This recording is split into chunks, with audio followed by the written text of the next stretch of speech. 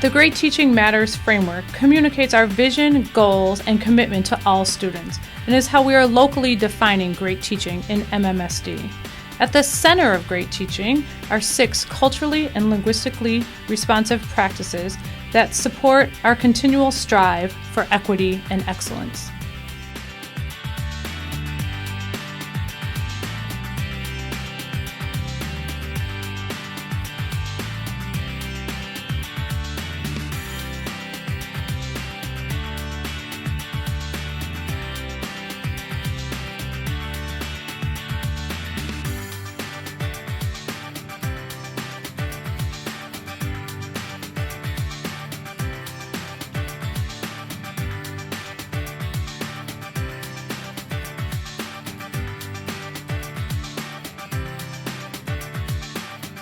This is really for them, that it's about them, that their learning is something that they're kind of in control of, that I'm here to facilitate it, but really ultimately they're the ones who decide how much learning is going to get done by them.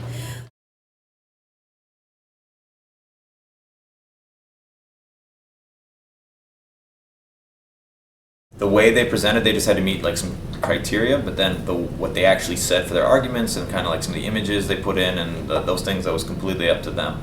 And so some of the kids brought in some very interesting creative things related to the topic, and some people just kind of brought in some things that were comical and interesting, but that the group appreciated. And that's fine too. Well, the way that Scott sets up assignments, there's like the basics of what you need to do, and then like they can take it to the next level. So these guys like already developed their counter arguments in like their initial presentation. Like we have some groups that just get the basics of like the energy transformations, and that's like all they get. And so like these guys all went above and beyond and created their PowerPoints. We are more than ready to get into this text. Now, the reason why I wanted you to really take out your dictionary this morning, some of you are right with me because you read the morning message, was because we're going to be using a lot of those words that we've been thinking about and writing in our dictionaries. Okay? They're going to come up in this text. If you do need the dictionary, it's why it's there. It's yours. That's why it's personal. You're going to sit next to them. So when I say next to, who are some people who are sitting next to each other right now? Eileen? Elena and Eileen. Are Eileen and Maya sitting next to each other? No. How could we describe how they're sitting? Across. Elena? Like across from each other. Across, or Maya is sitting behind Eileen. Okay, that's not sitting next to your learning partner. I want you like hip to hip. Yeah, your knees should be touching. Okay? So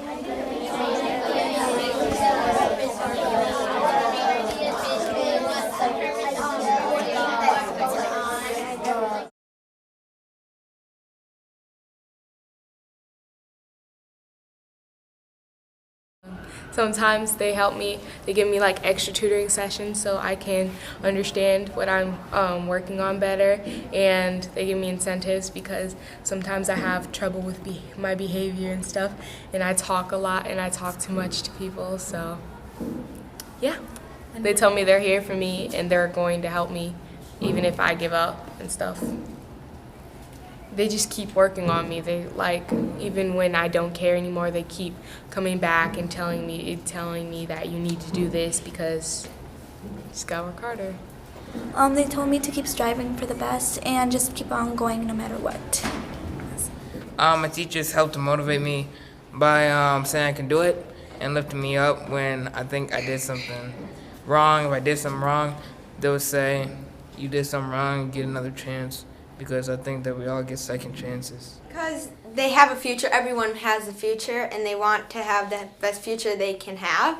And so I think believing in yourself is a big part of it. My teachers have really helped me find out that there is a good future ahead for not just me, but for everyone else that's out there, and that there's something that they can achieve in life. They really help me if I ever have a question. They make sure that they can get to my question, and that they make sure I get it, not just knowing the answer, but that I get anything that I am questionable about. I think it's important that teachers make sure students believe in themselves because if they believe in stuff like school, they're gonna also believe in stuff that's out of school, like sports and other stuff that you have to do in life.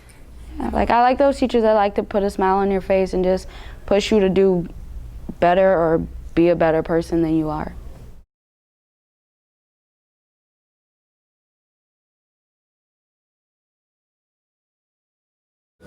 At the beginning of every quarter, I have individual conferences with the kids, and we pace out their schedule. When do they want to get through their chapters, look at where the cultural projects will be and things like that, and then they decide their own pacing. And then I put it all up on here so that they can pay attention to when their deadlines are due and things like that. They fill out learning logs every week so I can kind of see what they're doing during the week, and they have to code them. Are these listening, speaking, reading, writing activities, so they're paying attention to the diversity in their learning and making sure that they're hitting all of those communication areas, things like that. They identify their own skill level, and therefore the group that they work with has the same goal. They're all at the same skill level, they're helping each other and then moving towards the same goal. So the kids themselves really can self-identify. We do a lot of work from the beginning of the year with proficiency standards and also self-assessment. And so kids really put themselves on a continuum. They'll look at the different proficiency guidelines and say, yeah, I'm about right here in reading.